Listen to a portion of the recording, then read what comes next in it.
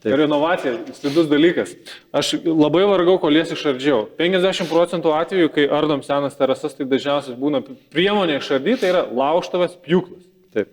Bet tada po tokio ardymo nelieka ką renovuoti. Šį kartą mes įsardėm, tai jau pirmas laimėjimas. Taip. Antras laimėjimas, ko gero, kad mes jau galim procesą daryti. Taip. Bet kaip supratau, tu iš šiltų patalpų atvažiavai čia. Jo, mes turėjom jas nuvežę į šiltas patalpas. Su kur staklėm galvojom, mes greitai praleisim, prašlifuosim, sušukuosim, sutvarkysim, nuolyvuosim ir pamiršim. Taip nesigavo, nes gavo šilumos, jos išsiraitė, susisuko, pasidarė laiveliai, kur su staklėm jau negali apdaroti. Tai teko vežti į šaltas drėgnesnės patalpas, palikom 3 savaitėm, jos išsitiesino, grįžo į savo vietą, kur dabar jau galim apdirbinėti šitas lentas taip, kaip reikia, tiesiog rankomis, o ne staklėm. Renovacija rankelių, džiaugsmas rankelėm bus vėl. Gerai, dabar kaip suprantu, visos lentos jau yra procese, Taip. Tai pereisim tada lengvą procesą ir pakalbėsim apie priemonės. Ne? Priemonės, matau, mes pasirinkę Osmą, tu pasirinkęs. Jo, aš pasirinkęs. Kodėl jas pasirinkęs? Šiaip yra kelios priežastys dėl ko. Vienas dalykas, kadangi mes darbus darom patys, tai mums labai svarbu, kaip tą alyvą uždengti, padengti lengvai. Osmo tą leidžia. Ir greitai, ir lengvai. Tada mus tenkina kokybė, laikymas, atsparumas ir dar vienas svarbus dalykas - nebijo užšalimo. Kas pas mus Lietuvoje, pamiršai mašinai bankutę, užšalo, meti lauk. Osmo nereikia, jis nebijo šalčio. Dar svarbu kolektyvas, kuris stovi už šito brandą. Tai visada patars, jeigu reikia privažiuos, padės, paaiškins, parinks produktą, esant problemai, bandys kartu išspręsti. Tai čia vienas labai svarbus dalykas. Partneriškas požiūris. Gerai, šito istoriją aš noriu dar pristatyti vieną žmogų, tai yra apie jį, kuris šneka. Tai yra žmogus Maksimas Osmo alyvos.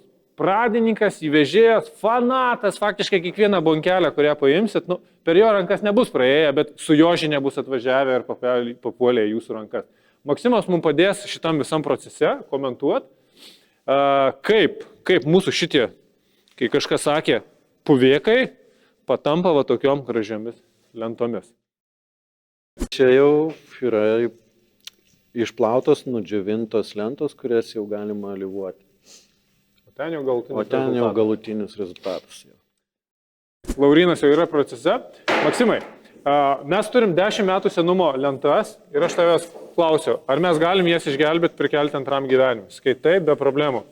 Taip. Apie savo priemonės procesas, viskas tavo rankose. Jo, tai kaip ir matot, Laurynas yra jau procese viso darbo, jis naudoja mūsų tokį specialų Osmo valiklį, mes jį vadinam žaliais drebučiais, jisai vadinasi Osmo Power Gel, labai pasiteisinęs produktas yra. Iš tikrųjų, tai apie procesą, kaip matot, Laurynas dabar šiuo momentu gausiai sušlapina lentas su vandeniu, nes šitas daiktas reaguoja kartu su vandeniu ir jisai realiai išplauna sudegintos medienos molekulės, šitaip galima būtų išsireikšti. Tai gausiai reikia sušlapinti jūsų medinį paviršių, ar tai būtų terasa, ar tai dar kažkoks fasadas, nežinau, dar kažką galim sugalvoti. Baldai, kaip taisyklė, irgi. Baldai, jo, kurie yra išpilkėję, tenai išdeginti saulės. Gausiai sušlapinam, padengiam šitais drebučiais ir leidžiam, kad visas tas procesas vyktų apie 25-30 minučių. Ką verta paminėti, šitie drebučiai visiškai nėra kenksmingi aplinkai ir tarsi jūsų augalam, kurie auga aplink terasą, tai nereikia papildomai apdengti kažko ir saugoti labai ten stipriai. Tai... O tai nėra kažkokia aktyvi medžiaga, kuri, pavyzdžiui, būna, kad tik tai medžio paviršių veikia, nes būna kartais veikia ir medį, ir dar kažką, nes ten kažkokia aktyvioji medžiaga būna veikli. Ne, šitas, sakau, jis yra iš natūralių organinių junginių toks reikalas padarytas, tai nebuvo nei vieno atvejo, kad būtų kažkas nusiskundęs apie augalų sunaikinimą ar dar kažką. Nu, va. Tai va. Tai žodžiu, procesas pirmiausia mes turim išsivalyti medieną. Taip, procesas prasideda nuo to. Maksimai, mes turim kietmedžio lentas. Ar tas pats valiklis galioja ir minkštos medienos, pušijas ir panašiai? Taip, Terasams. visiškai tas valiklis gali būti naudojamas tiek ten pušiai, egliai, tam pačiam maumedžiui, kuris yra labai populiaru termomedienai ar bet kokiai įvardintai egzotiniai medienai. Jisai realiai išplauna tą viršutinį sudegusi medienos sluoksnį, kaip aš sakau, nes saulė dirba savo darbą, jinai degina medį, jisai tada pilkėja ir šitas valiklis būtent tam ir yra skirtas, kad išvalyti visą tą sudegusią medieną.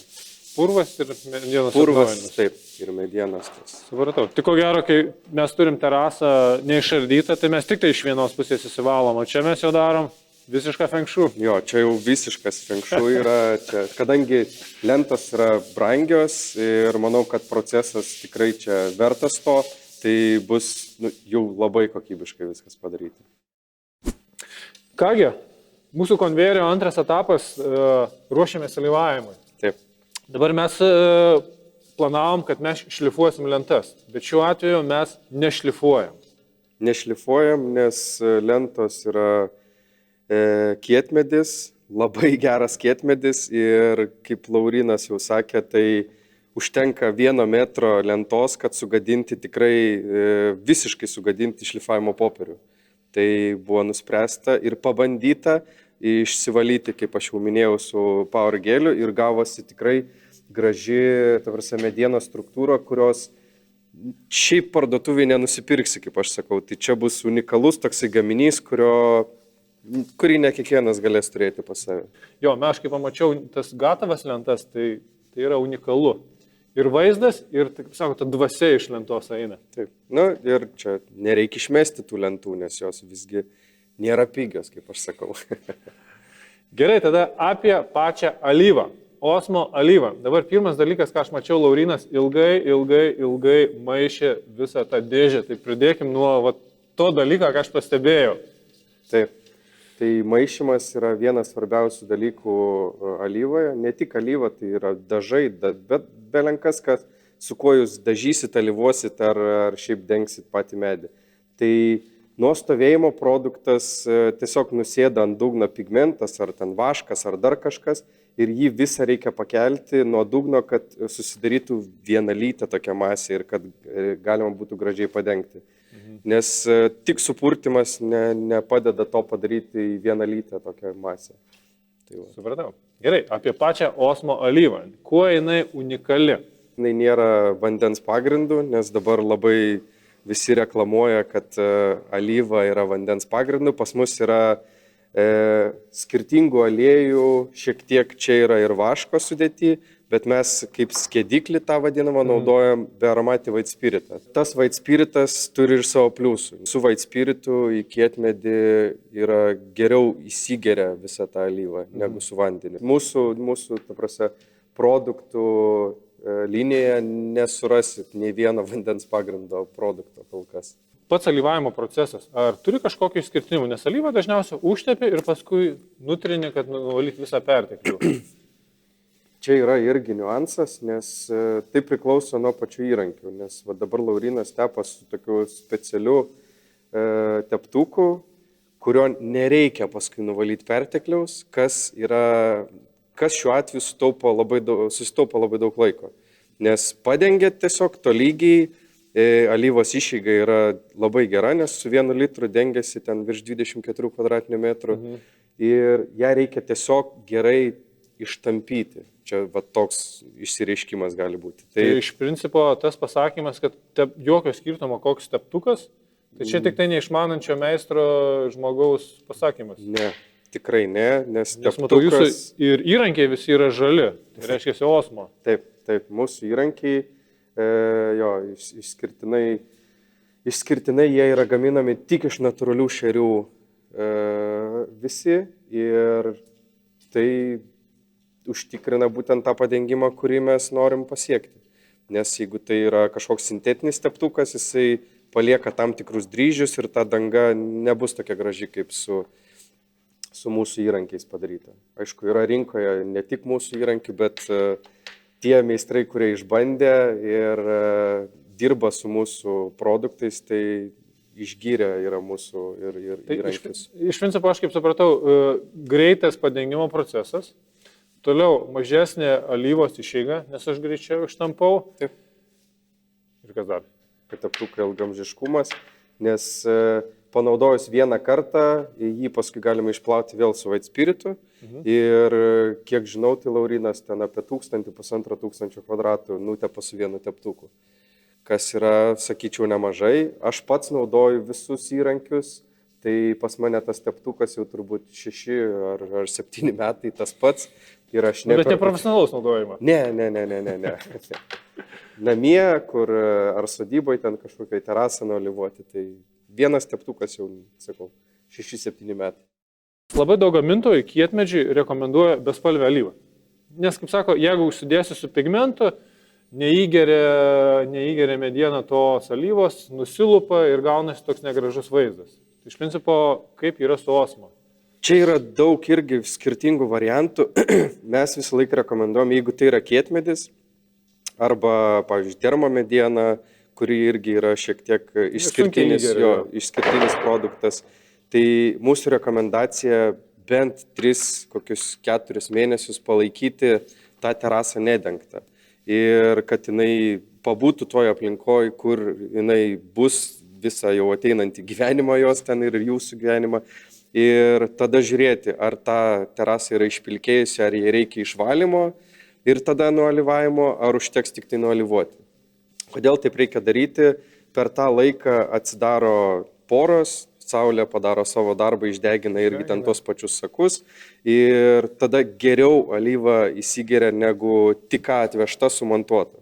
Tai va čia yra toks mūsų patarimas dažniausiai žmonėms. Sakai, tai ko gero turėjau menį maumedžio terasą aktualiausią, nes labai visi nori, susidėjo maumedį, jisai tikrai yra labai gražiai, labai unikaliai atrodo, kolis naujas, bet tokio vaizdo nori visi turėti ilgai, bet kas gaunas, 3 mėnesiai pajuoduoja, jeigu blogai susukta, susiraito, išsikraipo, sutrauko varžtus ir visus nesavus. Iš principo, maumedžio terasą padaryti gražią įmanoma. Įmanoma, taip. Mes matom, kad galima išsiplauti arba ten nusialyvuoti su tam tikrų pigmentų, nes labai daug sklando gandų, kad maumedis nieko negeria. Maumedis geria irgi alyvą, viskas su juo yra gerai, tiesiog galbūt žmonės paskuba nusialyvuoti tas terasas ir neduoda medžio adaptuotis toje aplinkoje, kur jisai bus naudojamas. Jeigu tai yra paprasta kažkokia eglė pušis, tai nelabai turi įtakos, bet jeigu tai kietmedis, tas pats maumedis ir termo ta pati mediena šiek tiek jinai, su savo niuansais, tai aš visą laiką rekomenduoju palaukti. Nes tikslas mūsų nėra parduoti, kad žmogus ten paskui skūstusi, o kad būtų geras rezultatas ir kad klientas būtų patenkintas. Jo, kaip Laurinas ir sakė, maumedžio terasą rekomenduoju po sezono. Taip. Alyvuoti. Sezoną turėtų būti pastovėti, o tik tai po to alyvuoti. Taip. Kai kurie meistrai rekomenduojam 3 mėnesius, bet kaip ir sakė, jeigu tu rugsėjų susidėjai terasą, tai reiškia, tas sezonas turi praeiti. Žiemą negalima alyvuoti. Gerai, atspalviai, ne? Nes pakalbėkime, nes šičia mes irgi, kai rinkome šitą lentą, mes pirmiausia nuėjom tuo keliu, kad mes pasibandėm pirmiausia bespalvę alyvą ir matom, kad čia mes turime sarandumą, jinai gavosi labai įdomios spalvos. Jo, čia įdomi spalva, čia su bespalvė alyva irgi alyvuota, tai šitai terasai nemažai metų, jinai nemažai mačiusi, tai kažkokia reakcija turbūt yra įvykusi su bespalvė ta alyva, bet bespalvės alyvos minusas yra tas, nesvarbu ar tai būtų Osmo ar ten kitų gamintojų, alyva jinai laiko trumpiausiai. Kodėl jinai laiko trumpiausiai? Nes jinai neturi visiškai pigmento sudėtyje. Apsaugos nuo ultravioleto nėra. Taip. Tai kas ir saugo nuo to greito išpilkėjimo ir panašiai. Bespalvę alyvą tu turėsi tikrai natūralų vaizdą, bet kad jį turėt, per metus turėsi 2 kartus kaip minimum alyvuoti. Bet jeigu turi su pigmentu, tai greičiausiai užteks tik 1 kartą. Jo, nes būna net tokių atvejų, kad tikrai ne kasmet net nereikia alyvuoti, bet čia, sakau, labai priklauso daug nuo aplinkos, kur ta terasa yra, pastogų, nepastogų, čia labai daug faktorių lemia tą alyvos tarnavimo laikotarpį. Mes šitą terasas, kaip pardėm, ten buvo balkonų, atvirų vietų, dar kažkas, tai kai kuriuose vietose, ten kur užkampiai, lietus, saulė neužeina, tai toks jausmas, kad lentas kaip padėjo, po 10 metų aš pasėmiau, nieko nepasikeitė. Atspalviai. Taip, Dabar, kaip sakau, šiuo atveju pas mus gimė ta spalva, mes turėjom bespalvį, pabandėm dar porą taip. Masarandubos atspalvių ir tada klientui nusintėm ir jisai Išsirinko.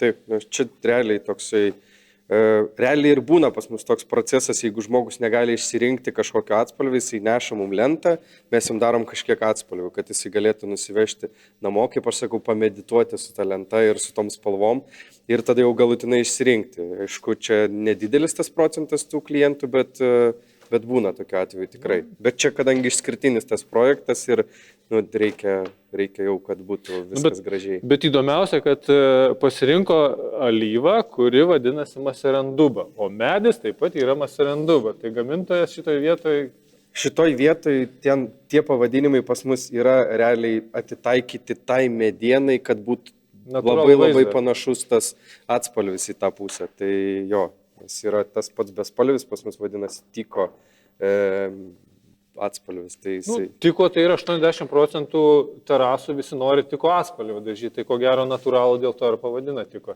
Taip.